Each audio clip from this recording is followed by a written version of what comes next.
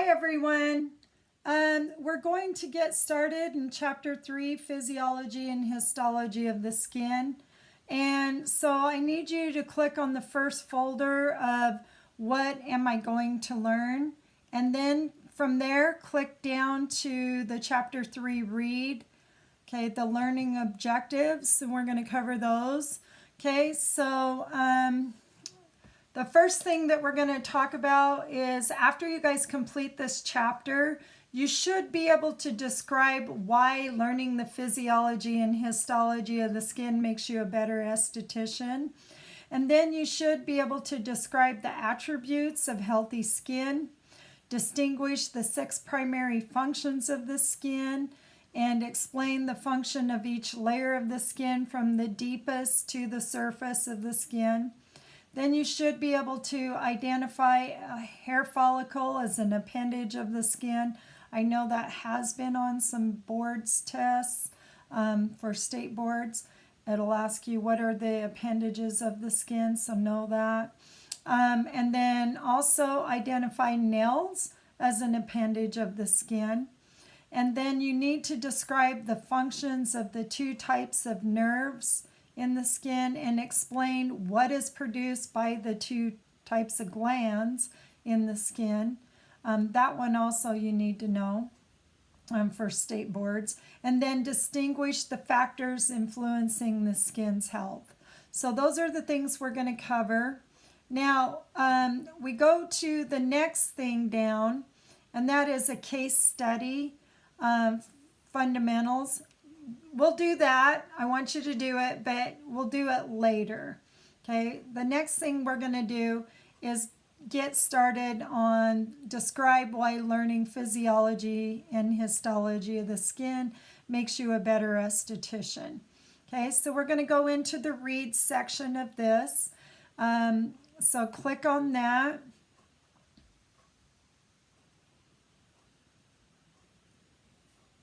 All right, so then that brings up what we're going to learn. Okay, so estheticians, we have an opportunity to study the most fascinating science, and that is skin, histology, and physiology. That involves the study of the anatomy, the layers, and the functions of the skin. Do you guys recall from chapter on anatomy and physiology? Do you guys recall the word physiology? So let's take a look at that word, physiology. So ology always means the study of, right? So when we look at the word physiology, it just means the study of the functions and the activities performed by your body structures. That includes physical and chemical processes. One way I remember this is I say physi function.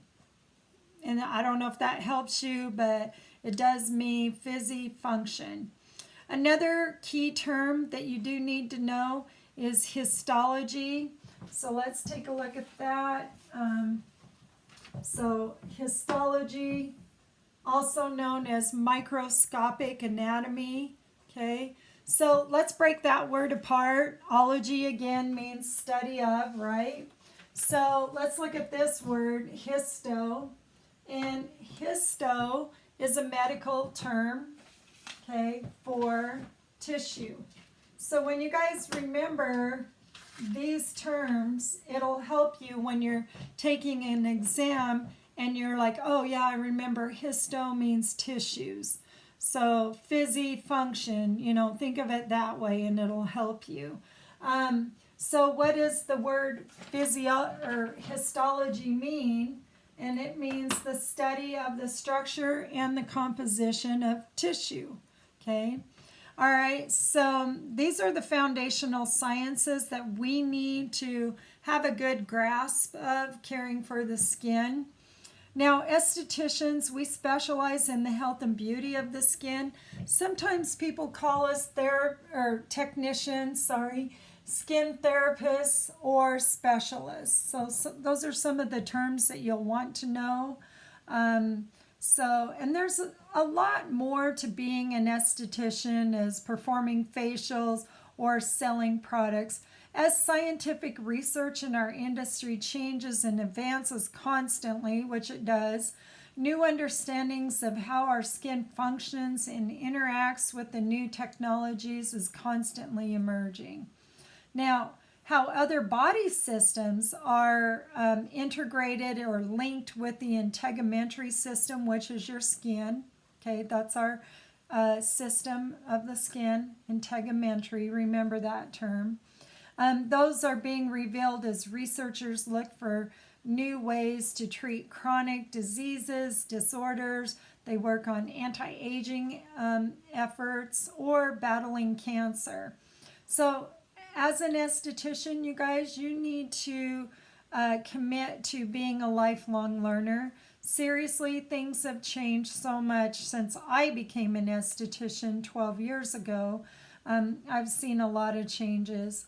And clients, they do value your comprehensive understanding of the skin in general.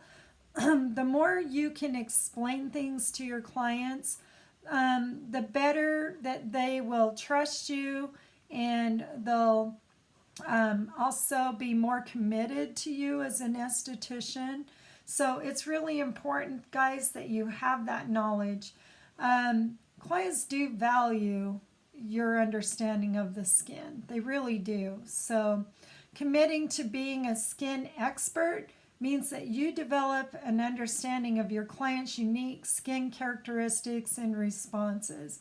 And you can make a personalized treatment recommendation and prescribe a home care regimen that will keep the client's skin healthy and vibrant. We all know after we do facials, we see how good the skin looks, but also doing these facials keeps the skin very healthy. Okay, so by educating your clients, you are sharing your knowledge and your expertise with them. And our primary focus as an esthetician, you want to remember this, is we preserve, we protect, and we nourish the skin. All right, so let's go through and look at some skin facts. Did you know your skin is the thinnest on the eyelids, and it is the thickest on the palms of your hands and the soles of your feet? The skin averages an area of about 22 square feet, okay? And your skin accounts for about 15% of your body weight. Now we have 3 layers of the skin: epidermis, dermis, and the subcutaneous, also known as the hypodermis. The epidermis is waterproof, and then the dermis has hair and sweat glands, and the subcutaneous, that's the fat layer, and it's got larger blood vessels in there. Okay, the average adult, the skin on the average adult, it weighs about 6 to 9 pounds, depending on the adult. And then everybody has the same number of melanocytes. Those are the cells, remember, that produce pigment. But the thing is, it's the melanosomes that are different per person's skin color. And we'll go through that later in the chapter.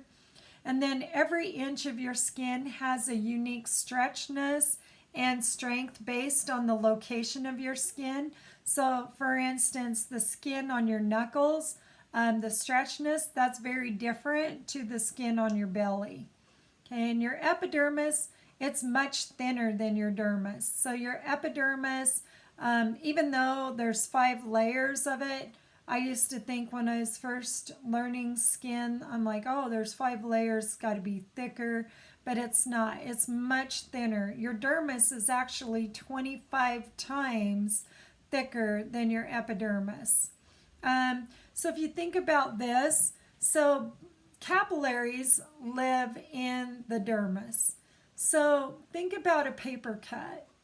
When you get a paper cut, if you got the cut and you didn't draw blood, then you only cut into your epidermis. But if you drew blood, you cut into the dermis. So that just kind of shows you how thin your epidermis is.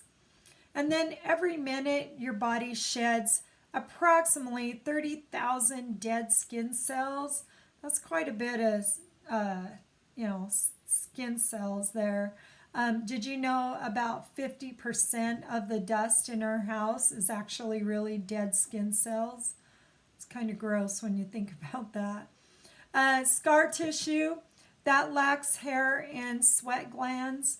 So also there's no melanocytes in there because they've been destroyed too, and that's kind of accounts for why it's like hypopigmented.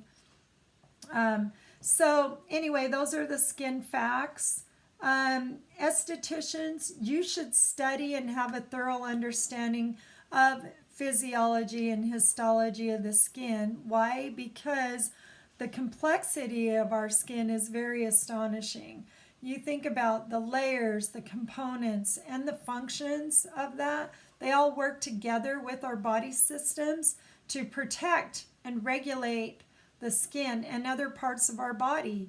I mean, think about viruses and bacteria and stuff like that. If your skin's in really good health and it's intact, it's a really good protection. Okay, so the study of skin physiology and histology, that includes learning about the aging process as well as interpreting the effects of ultraviolet damage on our skin, hormonal influences, and nutrition on our skin health. So let's think about, we know the damage from the UV rays damages collagen and elastin, makes us age and look old faster, right? But hormonal influences. So again, that's another system that is integrated with the integumentary system. And so if you think about it, when your hormones are off, then that's where acne shows up, hyperpigmentation, and that's just from the endocrine system. So we're like releasing melanocyte stimulating hormone when we get older, and then that's a contributor to the hyperpigmentation. So each of these factors do affect the health and the appearance of our skin. Okay, so there's a lot to study about the body's largest organ, the skin, right? So, and how to best maintain its optimal health. And with a deeper understanding, you guys can confidently treat this most sophisticated system.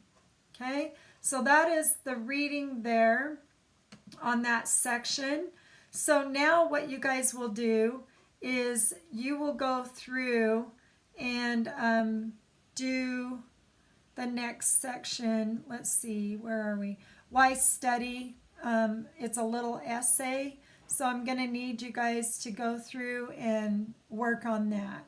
So we'll pick up on the rest of it in the next video.